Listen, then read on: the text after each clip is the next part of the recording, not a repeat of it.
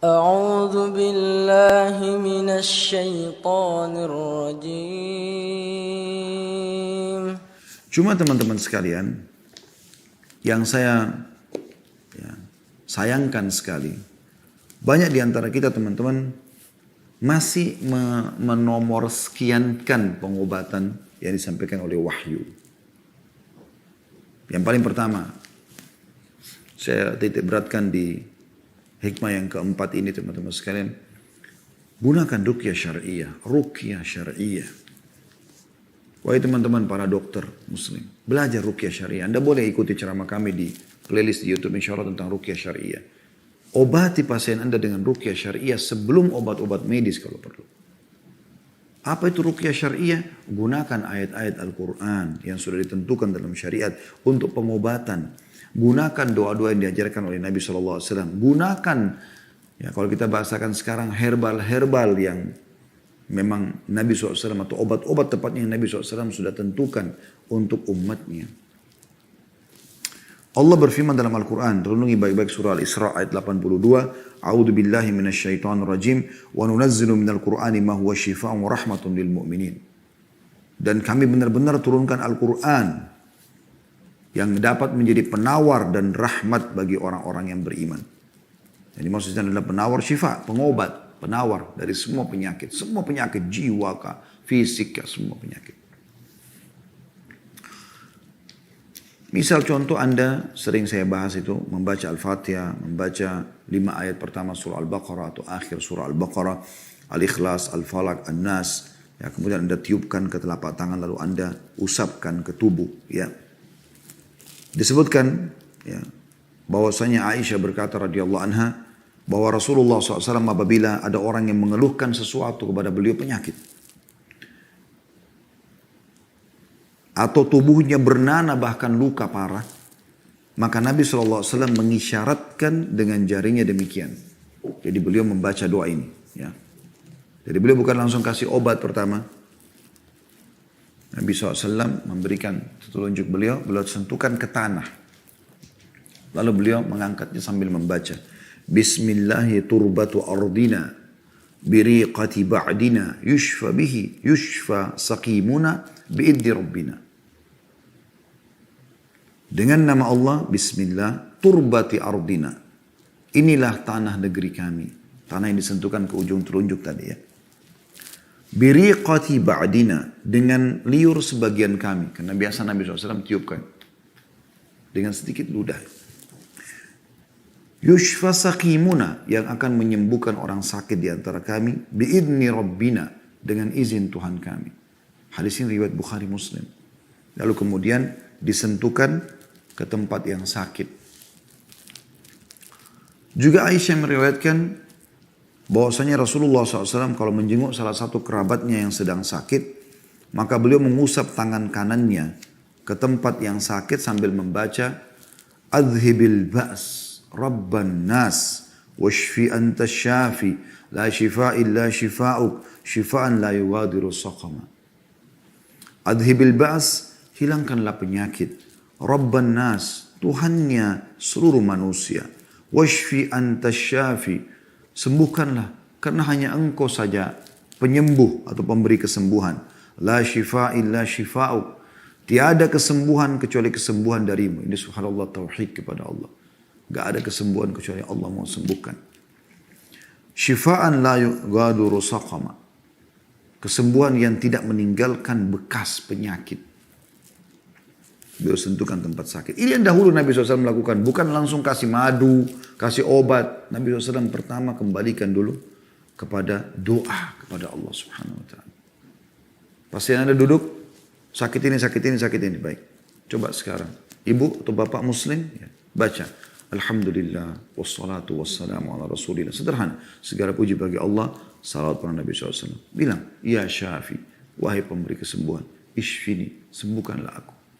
Kalau perlu, doa-doa yang saya bacakan tadi, Anda bisa print, Anda perbanyak, ya, atau Anda persiapkan buku, ya. Nanti insya Allah terakhir saya akan tunjukkan beberapa jenis buku yang teman-teman bisa perbanyak buku ini, letakkan di tempat-tempat praktek Anda, letakkan di ruang-ruang tamu Anda, selalu bawa di tas Anda. Kalau Anda sedang silaturahim kepada keluarga, ketemu sama orang, kasih hadiah. Sebarkan ilmu ini. Ini luar biasa ilmu-ilmu ini. Ya. Biar mereka baca, Anda juga biasa baca. Letakkan Anda lagi periksa tubuhnya sambil Anda baca ini. Bismillahi turbata ardina biriqati ba'dina yushfa sakimuna biidni rabbina. Sambil Anda periksa penyakit dia. Sambil Anda tekan perutnya. Sambil Anda periksa penyakitnya. Rabb adhibil ba's rabban nas ishfi anta syafi la shifa illa shifa'u shifa'an la yughadiru saqama. Itu artinya luar biasa itu. Jadi kita berdoa kepada pemilik tubuh itu. Pencipta kita semua. Pencipta penyakit itu dan yang memberikan kesembuhan. Ini paling penting dalam seluruh bahasan kita sebenarnya poin ini teman-teman sekalian. Karena ini luput dari banyak orang. Saya sayangkan ini terjadi pada dokter-dokter Nasrani. Saya pernah berdakwah sampai ke Irian. Mereka kalau ngobatin orang, walaupun itu orang Muslim, yang mereka lakukan adalah mereka pertama suruh kembali ke Bapa lah, ke Yesus lah, apalah segala macam. Baru kemudian diobati. Kenapa yang dokter Muslim tidak lakukan ini? Berapa banyak di antara dokter Muslim yang praktek lapangan, ya, koas dan segala macam mungkin. Kenapa enggak belajar ini? Kenapa enggak lakukan ini? Ini hadis Bukhari Muslim. Hadis yang lain juga Uthman bin Abi Al-As radhiyallahu anhu, ia mengeluhkan sakit di tubuhnya. Lalu dia mendatang kepada Nabi SAW. Mengatakan, ya Rasulullah, saya sakit gini. Nabi SAW bilang apa? Dha' yadaka 'ala alladhi ta'allama min jasadik. Coba taruh tanganmu di tempat yang kau sakit itu. Suruh taruh. Di mana sakit? Di dada kah? Tenggorokan kah? Di kepala kah? Di kuping kah? Di apalah? Di mulut lah. Misalnya di hidung. Di mana? Punggung. Mana yang sakit? Letakkan tanganmu. Tanganmu sendiri. Wakul. Lalu baca. Bismillah thalathan. Bilang. Bismillah 3 kali. Bismillah, Bismillah, Bismillah. Kemudian setelah itu. Wakul sab'a marrat. Lalu setelahnya. Itu tadi baca Bismillah 3 kali. Lalu baca 7 kali setelahnya. A'udhu billahi wa qudrati min syarri ma ajidu wa uhadiru. Sambil pegang tempat sakit. Ya Allah, aku berlindung kepadamu. Ya, dengan kemahakuasaanmu dari seluruh keburukan yang aku rasakan. Dan aku khawatir darinya. Baca 7 kali. Sambil pegang. Ingat. Ikuti keyakinan teman-teman. Allah subhanahu wa ta'ala akan sembuhkan. Baca Bismillah, Bismillah, Bismillah. A'udhu bi'izzatillahi wa qudrati min syarri ma ajidu wa uhadiru. Kalau pasien Anda atau orang yang sedang sakit, istri atau suami Anda atau anak Anda pegang, bilang kalau dia laki-laki, Bismillah, Bismillah, Bismillah, A'udhu bi'izzatillahi wa qudrati min syarri ma wajada wa hadara. Anda tulis itu ya. Ma wajada wa hadara. Kalau tadi kan kalau saya yang pegang tempat saya, ma ajidu wa hadara. Apa yang saya rasakan, apa yang saya rasakan dan apa yang saya khawatirkan. Kalau orang lain laki-laki, ma wajada wa hadara. Apa yang dia rasakan laki-laki dan dia khawatir. Kalau perempuan, ma wajadat wa hadarat. Dan apa yang dia rasakan si perempuan ini dan juga yang dikhawatirkan oleh dia. Dan hadis ini hadis sahih riwayat Muslim. Anda sebagai dokter bertemu dengan pasien. Anda sebagai orang yang menjenguk orang sakit. Renungi, jalankan hadis ini. Mulia sekali. Dari Ibnu Abbas radhiyallahu anhu bahwasanya Rasulullah SAW bersabda, "Man 'ada maridan lam yahdur ajaluhu." Siapa yang menjenguk orang sakit dan belum tiba ajalnya. Selama belum datang ajal yang Allah tentukan ke pasien itu, ke orang yang sedang sakit kita jenguk, kerabat atau orang lain pun, faqala indahu sab'a marrat. Lalu dia baca di sisinya 7 kali. 7 kali dia baca doa ini. Pendek sekali doanya. Mudah dihafal. Detik ini pun Anda kalau ikutin saya Anda bisa hafal. Mudah. Baca 7 kali. As'alullahal azim. Aku memohon kepada Allah yang maha agung. Rabbal arshil azim. Pemilik singgasana yang agung. Ayyashfiyaka. Agar menyembuhkan. Pendek sekali. As'alullahal azim. Rabbal arshil azim. Ayyashfiyaka. Aku memohon kepada Allah yang Maha Agung, pemilik singgasana agung agar menyembuhkan laki-laki, ayyashfiyaka, perempuan, ayyashfiyaki. Bedanya di ka sama ki aja terakhir. Saya ulangi, as'alullahal azim. Aku mohon kepada Allah yang Maha Agung. Rabbal arshil azim. Tuhan pemilik singgasana yang agung, ayyashfiyaka, agar menyembuhkanmu. Kalau perempuan, ayyashfiyaki. Apa kata Nabi SAW? Jaminan dari utusan Allah. guru dan kiai kita semua, kekasih orang-orang beriman, utusan Allah yang menciptakan langit dan bumi. Illa afahullahu min dzalikal marad. Kecuali pasti Allah akan sembuhkan dia dari penyakit itu. Hadis ini sahih riwayat Abu Daud dan Tirmidzi. Luar biasa hadiah dari Nabi SAW. Baca 7 kali sembuh dia. Ya. Juga dari Abu Sa'id al-Khudri dalam hadis yang lain, bahwasanya anna Jibril atan Nabiya sallallahu alaihi wasallam faqala ya Muhammad ishtakaita.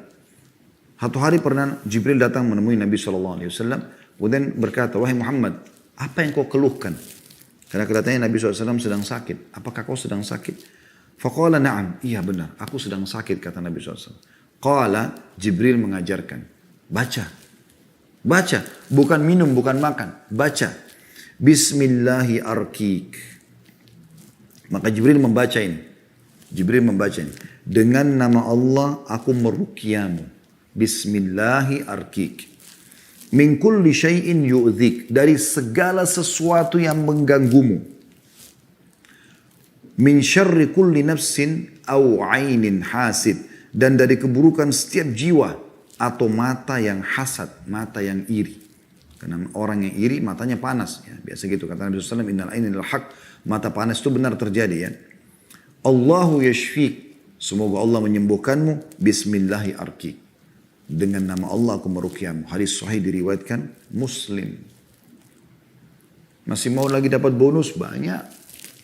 Ibnu Abbas meriwayatkan sabda Nabi SAW. Beliau mengatakan kalau siapapun yang sedang kesusahan, bacalah. La ilaha illallahul azimul halim.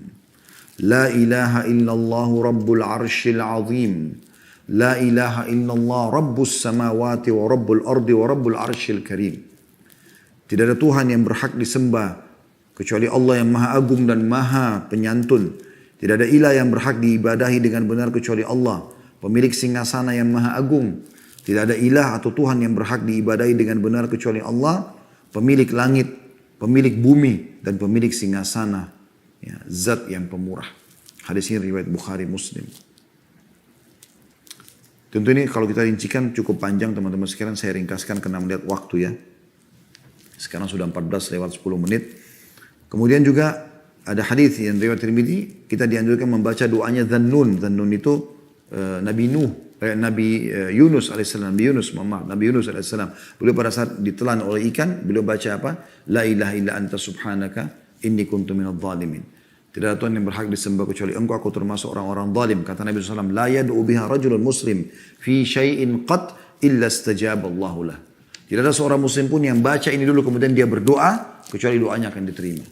Baca la ilaha illa anta subhanaka inni kuntu minadh dhalimin. Anda mau buka praktek, baca dulu ini. Minta agar Allah mudahkan kesembuhan pasien Anda melalui Anda. Itu luar biasa gitu. Ya. Dan banyak sekali teman-teman kalau kita mau bahas tentang doa-doa ruqyah, tapi ini diantaranya ya. Kemudian teman-teman sekalian saya tutup atau saya tambahkan selain doa ruqyah baru kemudian Anda ikhtiar tadi saya bilang dengan herbal-herbal seperti misalnya madu. Ya, karena Nabi SAW kesembuhan pasti di 3 hal. Di madu tapi madu asli, konsumsi selalu madu. Kemudian habbatus sauda yang kata Nabi SAW, yang 3 hal itu madu, kemudian bekam, ya, dan kai ini menggunakan besi panas yang digagetkan. Tapi kata Nabi SAW, aku melarang umatku berobat dengan kai. Jadi kita fokus kepada bekam dan madu. 2 hal itu selalu kita lakukan ya. Kemudian juga habbatus sauda yang kata Nabi SAW, obat untuk semua penyakit kecuali kematian. Ya. Kemudian juga air zam-zam. Konsumsi kata Nabi SAW, zam-zam liman syuribalah. Zam-zam sesuai dengan air orang yang meminumnya. Saya tutup teman-teman dengan hal yang penting sekali, yang juga tidak kalah penting ya maksudnya. Yaitu teman-teman sekalian, hati-hati dengan jalan-jalan syaitan pada saat sakit. Yang pertama, jangan buruk sangka dengan Allah SWT. Saya ringkaskan ini, karena dalam hadis kata Nabi SAW, Allah berfirman, Ana inda dhanni abdi bi, saya sesuai dengan perasaan hambaku. Maksudnya kalau dia sangka dia akan disembuhkan, Allah akan sembuhkan. Dia sangka Allah tidak sembuhkan, maka Allah juga tidak akan sembuhkan. In dhanna khairan falahu. Kalau dia sangka baik, maka dia akan mendapatkan itu. Wa in dhanna syarran falahu. Kalau dia sangka buruk padaku, maka aku juga akan berikan keburukan itu. Hadis sahih riwayat Ahmad dan Ibnu Hibban. Kemudian teman-teman sekalian, yang perlu juga digarisbawahi adalah jangan pernah mengkonsumsi obat ya, atau terapi pengobatan dengan yang haram. Renungi hadis ini, hadis sahih riwayat Abu Dawud. Kata Nabi SAW, Inna Allah anzala da'a wa dawa wa ja'ala li kulli da'in dawa fatadawa wa la tadawa biharam. Allah menurunkan penyakit dan obat. Dia menjadikan tiap-tiap penyakit ada obatnya. Maka berobatlah dan jangan berobat dengan apa yang diharamkan. Jauhi semua. Selama haram, oh ini ada kandungan babinya, oh ini selesai. Berarti tidak akan sembuh. Udah, akan mendatangkan penyakit-penyakit baru nantinya. Hai para dokter muslim, muliakan ilmu Anda itu dengan Islam. Jangan justru Anda tampil bernama Muhammad, Ahmad, Yusuf, Harun dan seterusnya. Tapi Anda tidak ada simbol Islamnya sama sekali. Harusnya Anda tampil dengan semua ini. Dengan Islam Anda. Anda dahulukan untuk ruqyah syar'iyah. Anda dahulukan untuk pengobatan-pengobatan nabawiyah. Ya. Dan di sini jauhi semua pengobatan yang haram. Anda punya hak menolak kalau obat itu haram. Subhanallah, saya pernah datang ke salah satu kerabat lagi sakit. Sering perutnya muncul kejang. Entah penyakit apa saya nggak tahu. Saya datang waktu itu, saya sempat meruqyah setelah itu. Tapi salah satu anaknya sempat membahasakan ke saya. Ini tadi ibu kami, katanya dokter dia nggak bisa sembuh perutnya kejangnya kecuali disuntik dan itu bahannya dari babi. Saya bilang la haula wala quwata illa billah. Nabi SAW sudah mengatakan ya, dalam riwayat lain Allah tidak akan menyembuhkan penyakit kalian dengan sesuatu yang ia haramkan. Nggak mungkin. Kalau sekarang hilang kejangnya akan datang penyakit-penyakit baru nanti. Karena sesuatu yang haram sudah masuk ke dalam tubuhnya. Penciptanya larang itu. Itu tadi kalau ya, pengobatan dengan obat-obat haram. Juga jangan dengan metode haram. Kedukun. Ini bahaya sekali nih. Dukun. Tidak boleh kedukun. Kata Nabi SAW, Man ata kahinan fasaddaqa bima yakul faqad kafara bima unzila ala Muhammad. Siapa yang mendatangi dukun, peramal, penyihir, penyamun dan semua jenisnya sama dengan itu. Dan mempercayai apa yang dikatakan, maka sungguh ia telah kafir terhadap apa yang diturunkan kepada Muhammad SAW. Dan ini hadis riwayat Ahmad dan juga Al-Hakim. Ya. Ini sekaligus menutup bahasan kita teman-teman. Jadi Anda bisa berobat dengan pengobatan Nabi. Tentu boleh berobat dengan obat-obat medis. Bukan tidak boleh. Nabi SAW mengatakan tadi Allah tidak menurunkan penyakit kecuali Allah turunkan obat. Kecuali Allah turunkan obat bersamanya. Tapi jangan berobat dengan obat-obat yang haram. Dan coba prioritaskan tadi apa yang sudah kita bahasakan. Ruqyah dan doa syariah, kemudian Anda berobat dengan habbatus sauda, zam-zam tadi yang sudah kita sebutkan, madu dan seterusnya, dan juga Anda bisa kuatkan dengan pengobatan-pengobatan medis. Allahu a'lam.